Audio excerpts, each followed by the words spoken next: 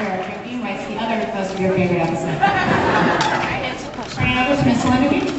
Hey, Superfans. I guess my first question was answered, sort of. Where exactly is Dean? Yeah. Exactly, man. Out of hell, apparently. Dean, for us, in the writer's room, kind of day one, me, Sera, Ben, and the rest of the gang, we're like, we're talking about season 4, and we said, the big question is, does Dean get out of hell? And then about 20 seconds later, we were like, well, no shit, he gets out of hell.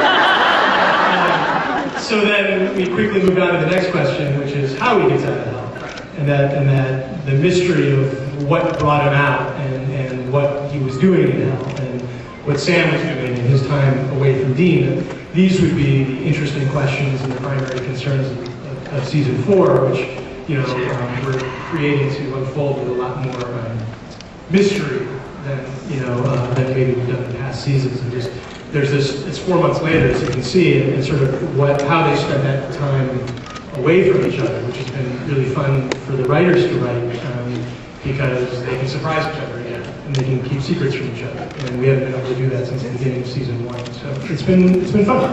And not just because he's out of hell doesn't mean he's out of danger.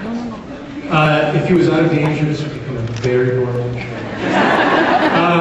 No, it's all the same. In fact, we think the danger gets worse, and I think we ratchet it up. And I think there'll be times where he'll be looking fondly back at this time in hell.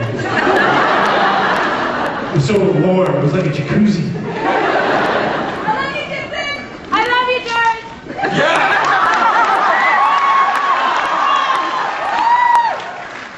I think I got it first.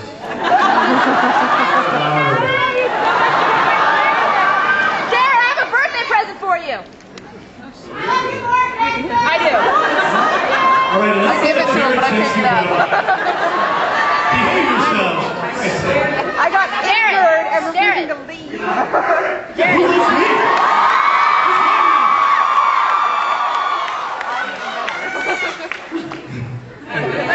Jensen?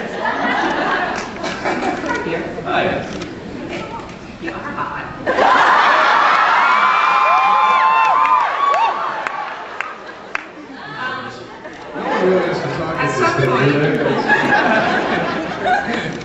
At some point, Eric or one of the other producers must have sat you down and said, "We're going to have to kill you." Tell us about that conversation. No, that didn't happen. I just read it. It's like, what the? Yeah, it's they just kind of unfold things to us as we get scripts. So until we make the phone call down there and go, what the hell are you doing? And then they'll get us into the set. But I remember when I read it last season that oh, I want to hell. Okay. Flipping through that last script and I get to the last page and it's like, oh, come on, it's gonna be a typo. So then I go there. So how am I coming back? It's like, I don't know. But I figured that one out. Yeah. Start worrying about your mortgage. Yeah, exactly. Yeah, so much for house money. And now to be fair, Jared, Yeah. Sam took a seriously bloodthirsty turn last season. And he had a really good explanation for it, though. He's just trying to be more like Dean as we go through this world with demons. Should we buy that explanation? First and foremost, let's hear from my support for what the performance you just saw. It's all about the support crew. So I just want to say I worked really hard. I think some of my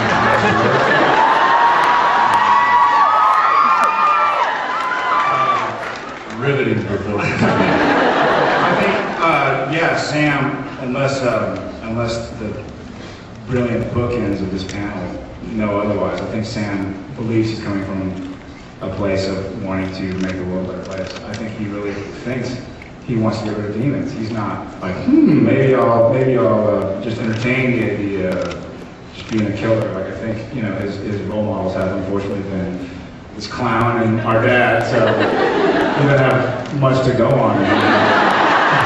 Something's going on behind me. And so, but he's coming from a place of wanting to get rid of demons and ghosts and that is just like his folks or his dad and mother. So we shouldn't still be nervous about that day? As long as Eric is creating the show, you should always be nervous. And Eric, speaking of their dad, how likely are we to see Jeffrey Dean Morgan?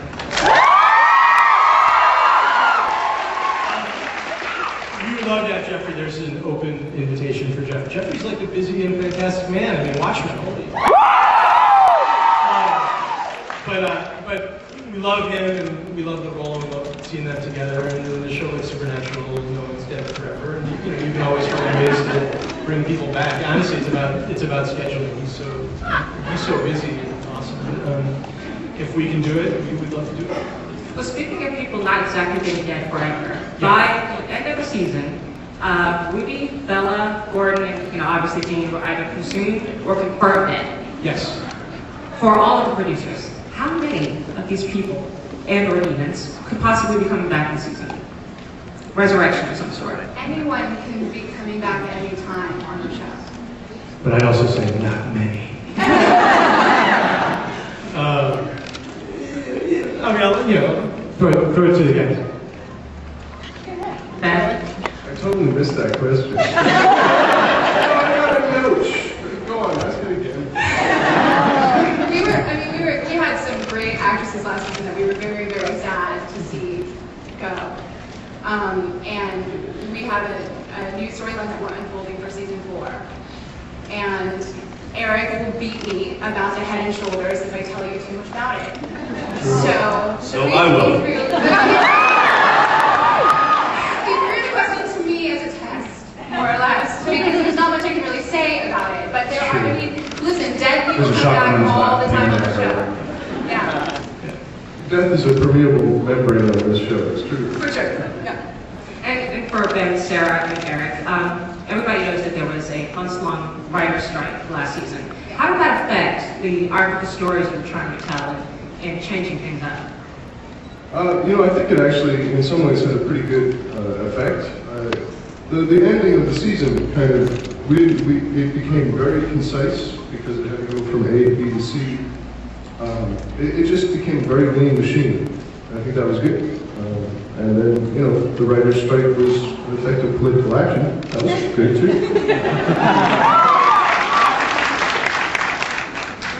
So there were no stories that you had to sort of scuttle? We had to, we were going to delve more deeply in season 3 into their mother, because we set it up in the beginning of the season and then paid it off. We were going to delve a little deeper into Sam's journey and sort of where he's going and sort of the flirtation to use these abilities that were kind of growing inside him. These are all becoming, primary concerns of season 4. We're going to see Mary and John as younger, that John's 20 and Mary's 18, as soon as episode 4. So really getting into the storylines that we had to drop, because we sort of, the storyline that seemed the one that we had to answer was Dean's deal and whether he went to hell, so we kind of put everything else on the back burner until we were able to address that, and then we'll get into season 4. I'm excited. Eric, you once said that you would be quite happy for the show to run 5 seasons. Yeah. As we're going to season 4, do you still feel that way? Yeah. I don't know. And actually, my bosses are in the room, so. I want to do it forever. But it's better to go out on top. I'm really afraid of jumping the shark. Like, that's like a huge fear of mine.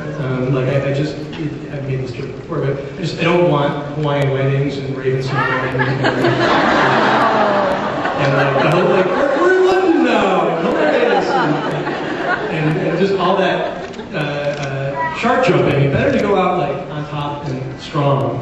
And this a story like this is so epic and has, it wants to have an ending. You can walk away kind of satisfied and smoke a cigarette rather than just dragging off into a inevitable slide into mediocrity, and I want to try to avoid that. And the rest of you also be nodding along with that. Do you agree? Whatever Eric says.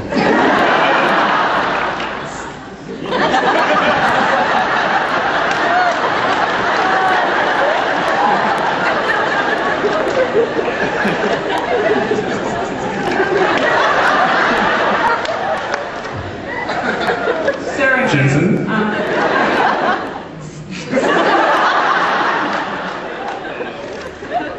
I am barely keeping the circus contained here. Sera and Ben, tell me about some of the favorite episodes that you've written this season.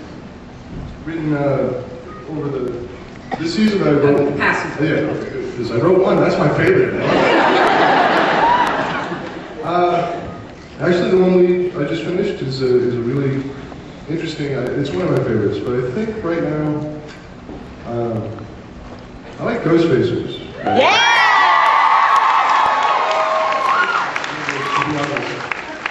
Who came up with that idea? Pardon me?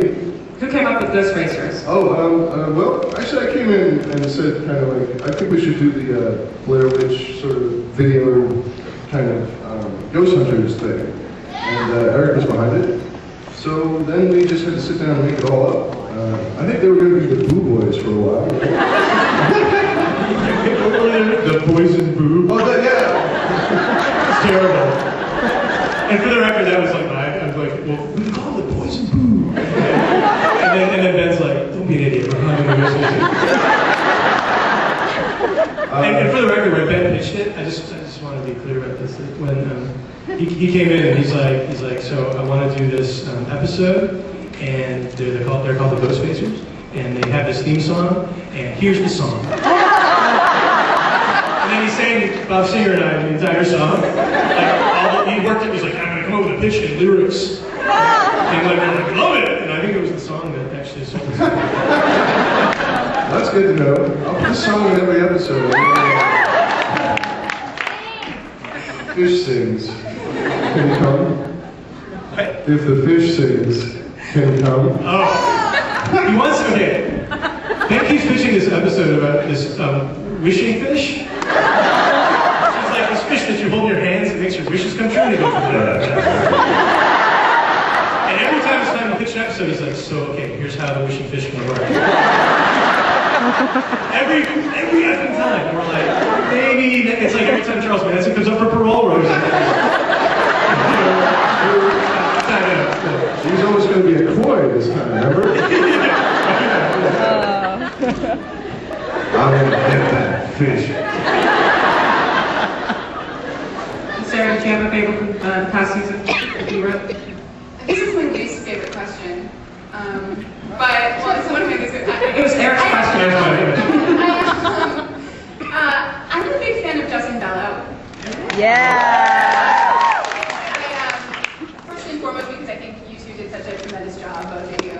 And you know, when you write a show that takes place primarily in one location, and you write like 6-page scenes where people are talking, there's a lot of potential for it to suck, and for it to be all the writer's fault. And when it goes well, it's because the director was awesome and the writers were awesome. And the director was awesome and the actors were awesome.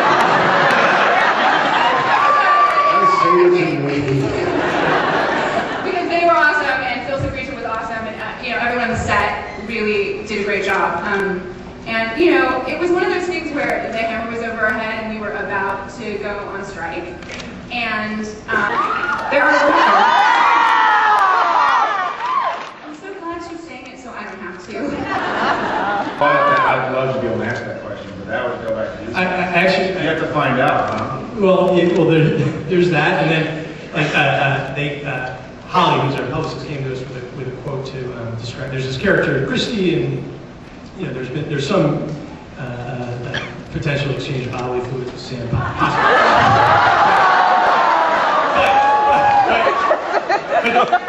Not like, hey, you're gonna have a kissing scene, get prepared. Yeah. We get real graphic. We get real basic instinct. But they asked me to describe it.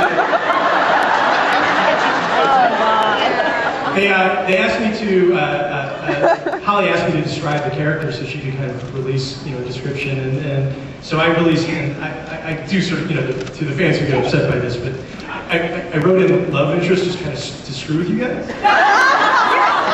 Because you guys get so angry every time we reference love interest, like,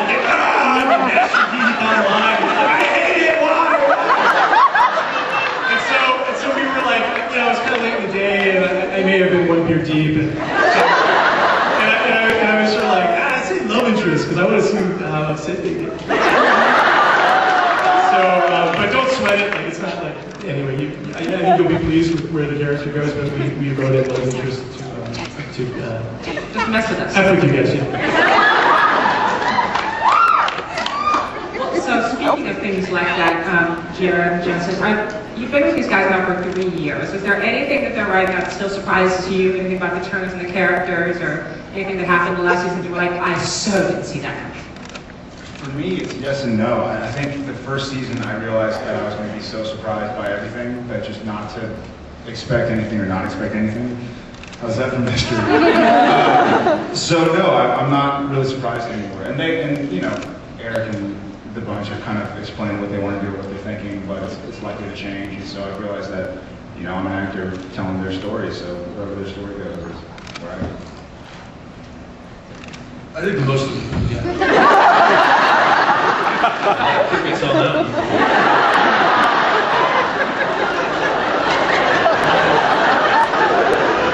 I think actually the most surprised I've been is the beginning of this season. And where they're taking the story and the characters and what's happening. I had a long talk with Eric when we got back to work. I think it was probably the most intense conversation as far as just going over the story that we had in the history of the show. And it's a storyline that's I'm not gonna give anything away, but it's gonna unfold and it's gonna really add a lot of elements that we haven't dealt with on the show into it. And I'm pretty excited about that. I wasn't expecting it. Yeah, for what it's worth, we, as the writers, I think we have story ideas at least through 10 at this point, so we're almost closing in on halfway done. But we're giggling like schoolgirls in the writers' room. We feel like season 4. I got them. They're for you and Jensen. There's 2. Are we? Yeah, we'll set it up. Crickets. Jensen wanted to tell y'all about something. Hi, we're ready. Oh, right over here? Yeah. Hi, my name's Vanessa. I'm from the middle of nowhere. Jensen Ackles, I followed you from your soap operas to I love you so much, but the thing is that I've been seeing impaired most of my life and it hurts to see TV. And my lifelong dream, is to physically see you. I can't see you at all right now. I just want to see you.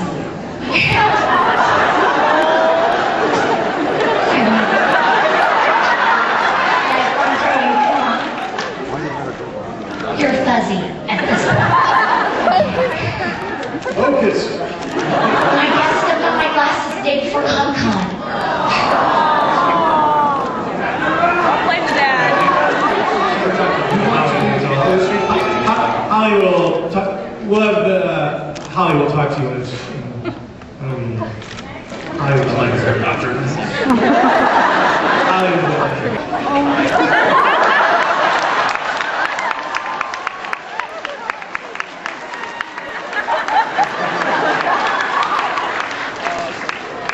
All right.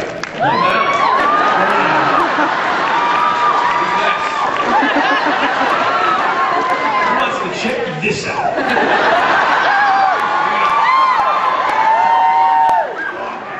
I'll take it, Jensen. My name's Claudia. I'm from Australia. We're here on honeymoon. And this is the perfect way to spend it. Being from Australia, we love AC/DC, and for us, My Way Out is really thematic. And I'm curious about how you guys go about with the music for the show, because for us, that's almost like it sets everything up for us.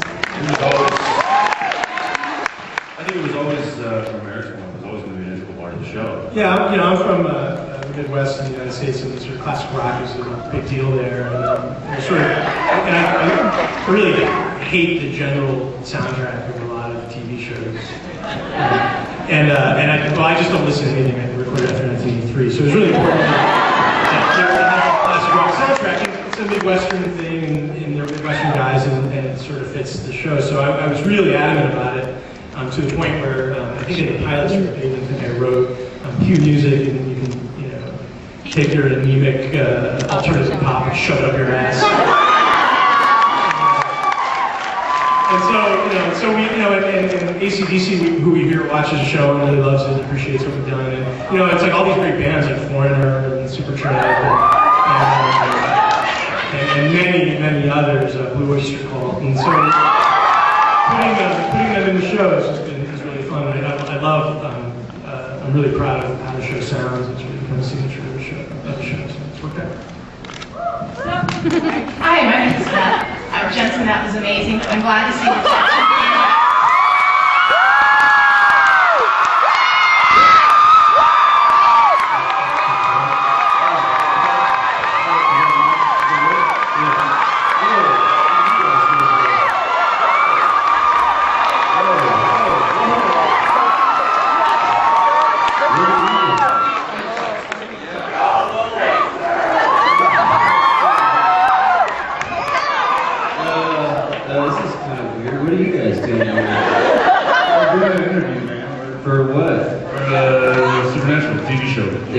TV comic books? Take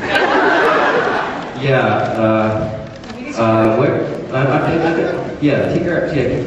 How's it like? Is it like good? Right up. You guys have like a theme song on? You want to hear it? It goes a little something like this.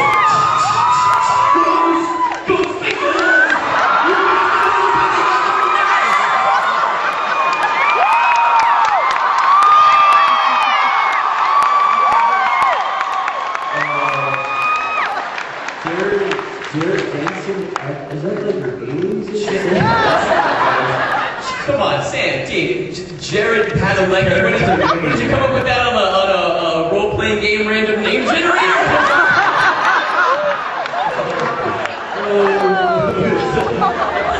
Guys, you realize that Sam and Dean are characters in a television. It's just a show. Series. Well, characters in Ghostfacers. Yeah. But yeah, we just want to let you know, we're opening up a school. We're teaching some new moves. Yeah, we kind of noticed you guys didn't quite have all the moves. Yeah, you always used to like mixed martial arts and stuff, right? MMA. Rock salt, MMA. We started this thing, GMA. Ghost martial arts. Yeah. We sweep, kick, ground and pound, like that, just like that. Watch that, see how it goes. It's all white belt. Yeah, pretty much. But other than that, so how you guys been, you alright? We're busy working on the show, man. But not this show. Oh shit, my phone's blowing up. Hang on. Yes. I got it. Go for hair. Yeah, sorry. We have a. Go for hair. Yep. We have a spike. We got a spec in the South Tower. We got a spec in the South Tower. We gotta go face some ghosts. Hey, if you guys want to get back on TV, you let us know.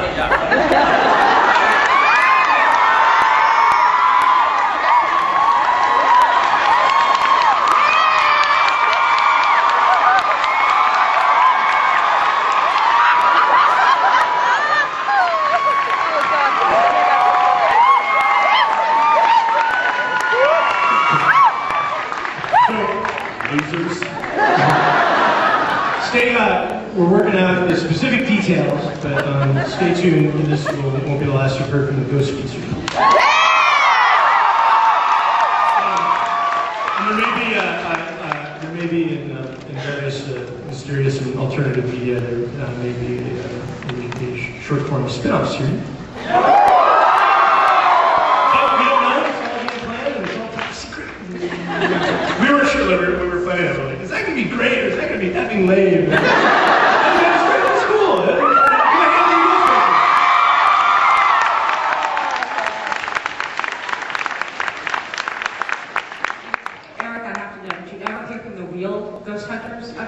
They never contacted us. They said we had a dead cat in a box.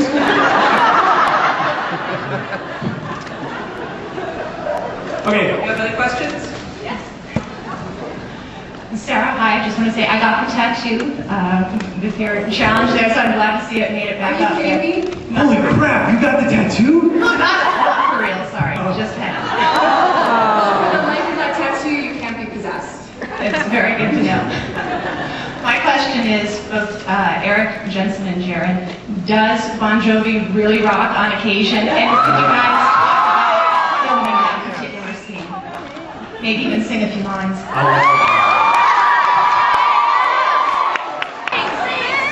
You know, the funniest part about that was Eric calls and he goes, okay, you have to sing off key. You said it in the script. Yeah, he's like, Jensen, no singing on key, Yeah. let's be off key. Because Jensen's like actually a pretty damn good singer. Jared sucks out loud. And so I was worried that if I didn't write anything, you know, like that nothing would kill that scene, rather than like, you know, that's about boisterous in a car, and if you actually sang it well, you'd be like, oh. So I wrote. I mean, you just got the Ghostfacers. I'm not gonna try to. That was fun though. I remember we had to sing it about, how many times did we sing it? It was like a dozen times or something, and by the end of the day we were both hoarse. But good times.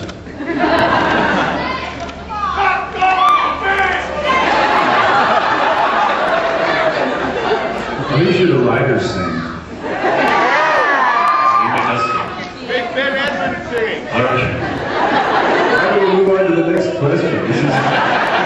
No one's going to sing for those people. Yeah, my question is Sam going to start getting do his powers again, and is he going to develop more and become more powerful on his powers? Powerful powers. No, we can't. Obviously, you know, a big part of the season is sort of this. Oh, and can I have Jensen? Can I have a name check?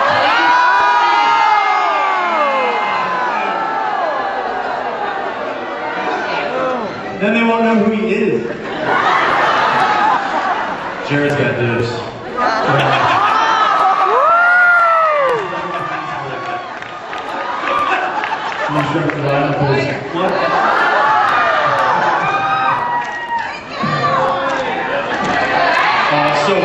Eric, about the powers, the powerful powers. Yeah, so, you know, part of the same storyline is, does he go down this path and the good intentions he feels as he goes down it. So obviously that's a part of it, but we're not going to say, certainly here, whether he uses his powers or not.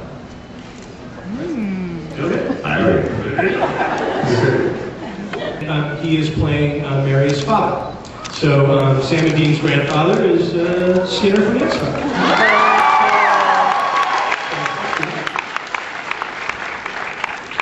It's always nice when those characters from those type of shows or movies show up, because they really get the genre of the show that we're doing, and it's so kind of effortless to work with them. You know, they come on, they know how it goes, they know that what we're doing might be completely ridiculous, but but it works. And so it's really nice when guys like that come on, or women like that come on. It makes for a nice dynamic. Ridiculous. Ridiculous.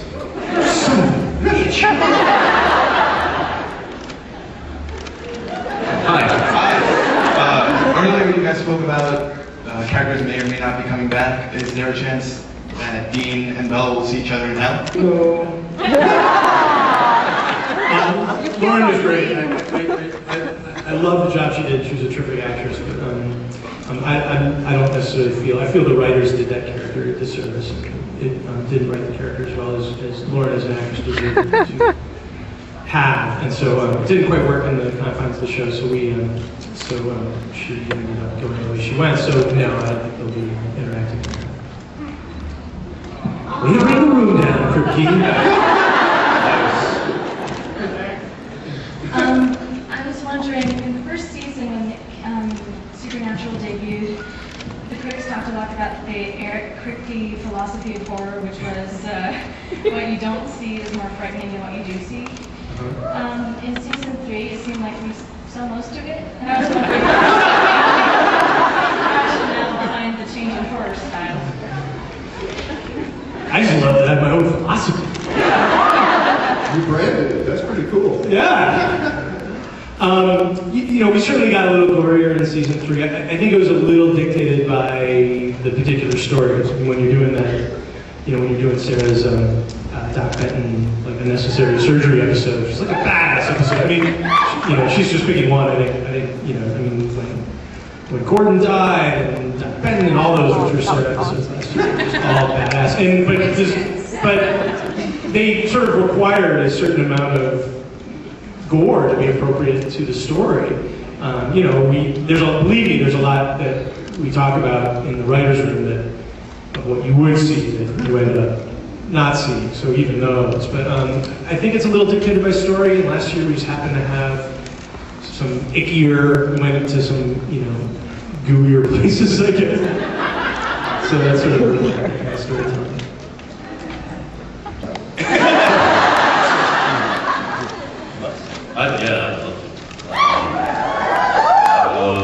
You know, in a sense, we are kind of doing a Western.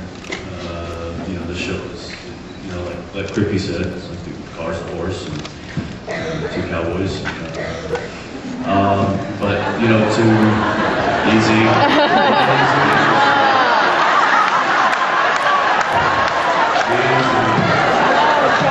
You're gonna re-break Jensen's heart, guys. Come on,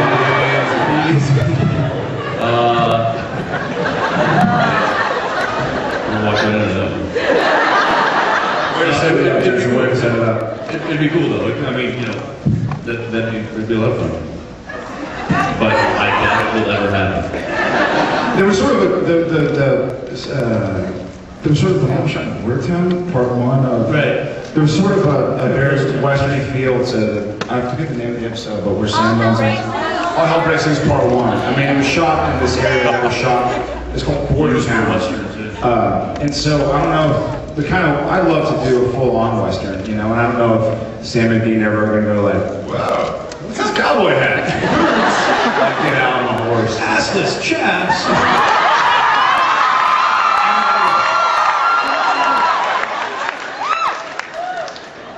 Yes, please.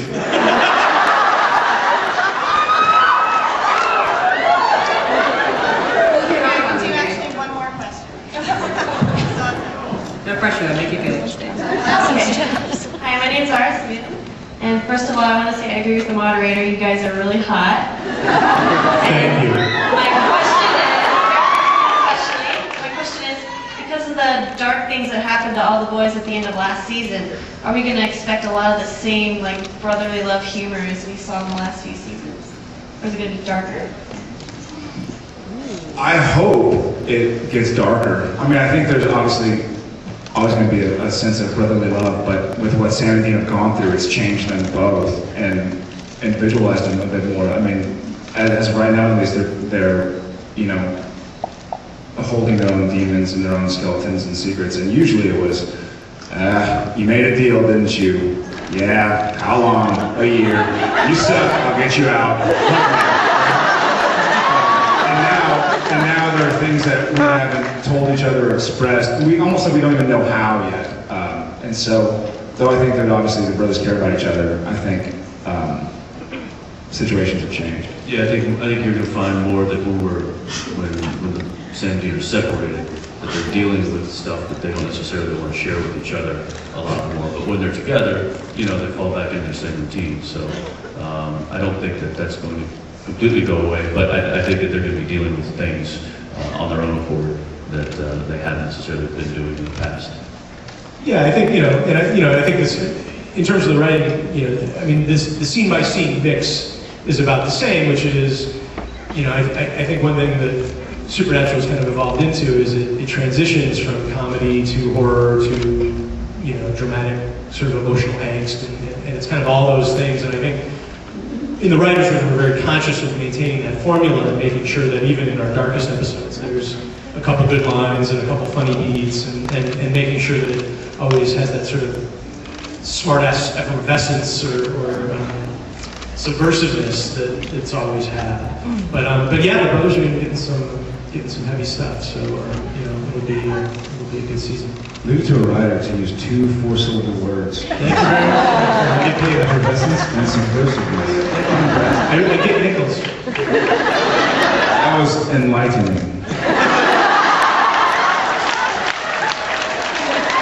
Good job. Okay, folks, we have to wrap it up for today. How about a big hand for our panel?